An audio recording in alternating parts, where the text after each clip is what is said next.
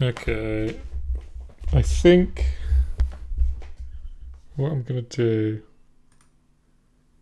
this is gonna change like multiple times during this process of figuring out what the hell I'm doing, but so we have an export dialog which looks something like this.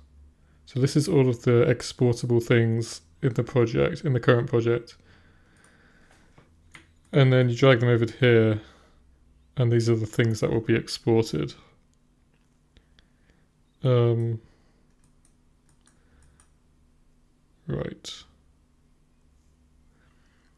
So when it comes to importing objects from object files,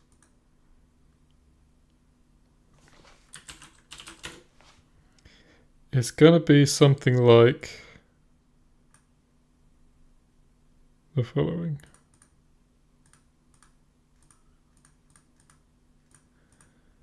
You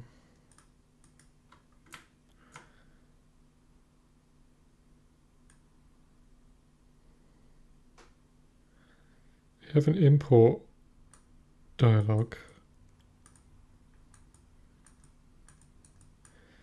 So there's going to be an import dialog, which will pop up if you. Did I close it? Oh, I closed it.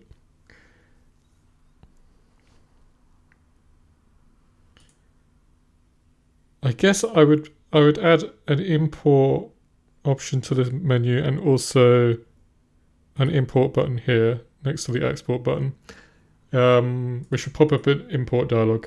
Also,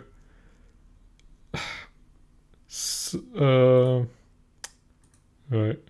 So at the moment, if you drag in like if you drag in a .blkhd file, the project file, then it will open the project. If you drag in multiple samples like this, for example, then it will import the samples and generate sampler blocks, and it'll allow you to place them straight away, which might change. So there's going to be other things that you can now add to the workspace by dragging them from the operating system into the blockhead window, because we're going to have these block files, and also, but it's not necessarily just going to be blocks, it's also going to be tracks I'm going to allow you to export, and entire workspaces. Okay, so various things will trigger this import dialog to pop up, but basically I think what I'm going to do is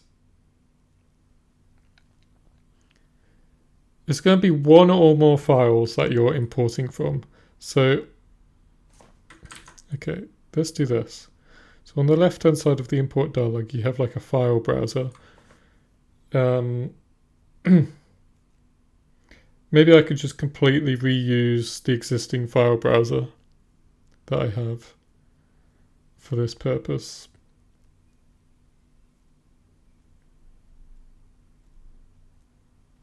That's probably going to take some refactoring. I didn't think about it. At the moment, I assume I only have one file browser. So this is considered a singleton. But other than that, I think this is, I mean, it's a complicated, it is a complex class. Well, it's not that complex. I think this should be easy to make it not a singleton anymore, and to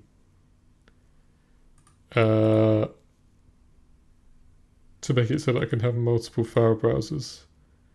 I don't think there's anything fundamental about this control that would make that a problem. Obviously, when it comes to like writing to the config file, yeah, I'm assuming that, okay. There will be, I'll have to like add like an extension point to this control to make it reusable. But that's not too bad. It won't be too bad. Any place that I have like config : is where it's writing to the config file, and it is reading from or writing to the config file, and I'm always assuming that there's only one file browser in existence. Oh, actually, that's actually fine, isn't it? I could have the different file browsers actually share these config options. I think for the most part, that might be okay.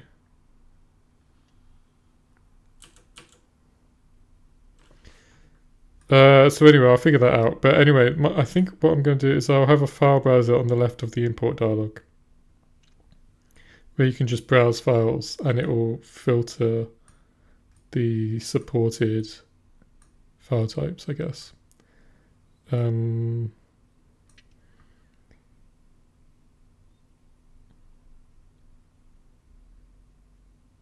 you can have like I could have like an add button down here, which will pop up a file browser, a browser that will let you.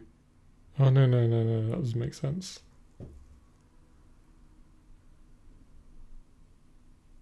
Okay, forget all I said about the file browser.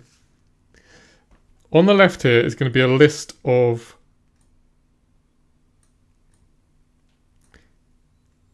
importable files that exist on the user's computer, and you can add them somehow. There could be some button to add more files to this list, right? And as you add files or add or remove files from this list, there'll be another list which will automatically update with all of the importable items that exist in each of these objects. So this will be another list. So if you have like an item here, which is like an entire project file maybe, so it contains workspaces, tracks, blocks, this list to the right will have a list of all of the items that exist in this. Or you might have another item which is just a block file, so it just contains one block and nothing else, and that'll appear in this list as well. So it consolidates all of the contents of these files into one list here. So I'll basically automatically be because all of these files are just basically zip files. So I'll automatically open these files, read the contents, and then generate a list of the consolidated contents of all of these files on the file system.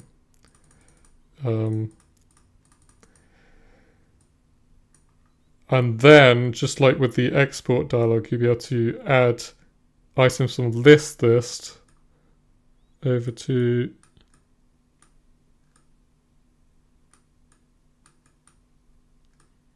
this list. And once you have a list of all of the items that you want to import, you click import. And it will just add them to the project.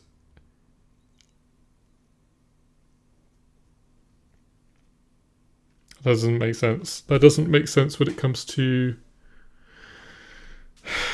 track objects, for example. Like what a track needs a workspace that it should sit on. So if you import a track, which workspace is the track going to be added to?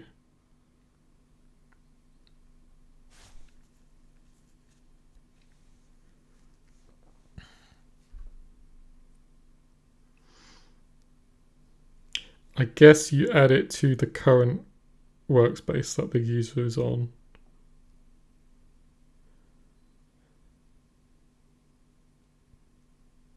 Obviously, that I can make this import dialog really complicated. Like, okay, if you add tracks to this list, then extra options come up on the track items where you can select the specific workspace that you want to import onto. I think that's overcomplicating things. I think if you have different tracks that you want to import onto different workspaces, then you would just open the import dialog multiple times and add different items depending on. Yeah, I think that's fine. So it would just take the current, whatever the current workspace is, And maybe I would add a little bit of like info text down here, like a little message if I have some space left over, which it looks like I probably would do.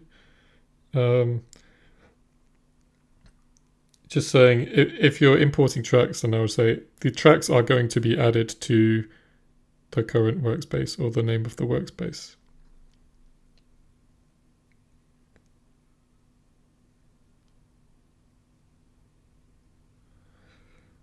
Or I could add a control to select the workspace that you want tracks to be added to. Other than that, the blocks would just end up in the project browser. I'm not going to start a stamping operation or anything like that. I think this makes sense.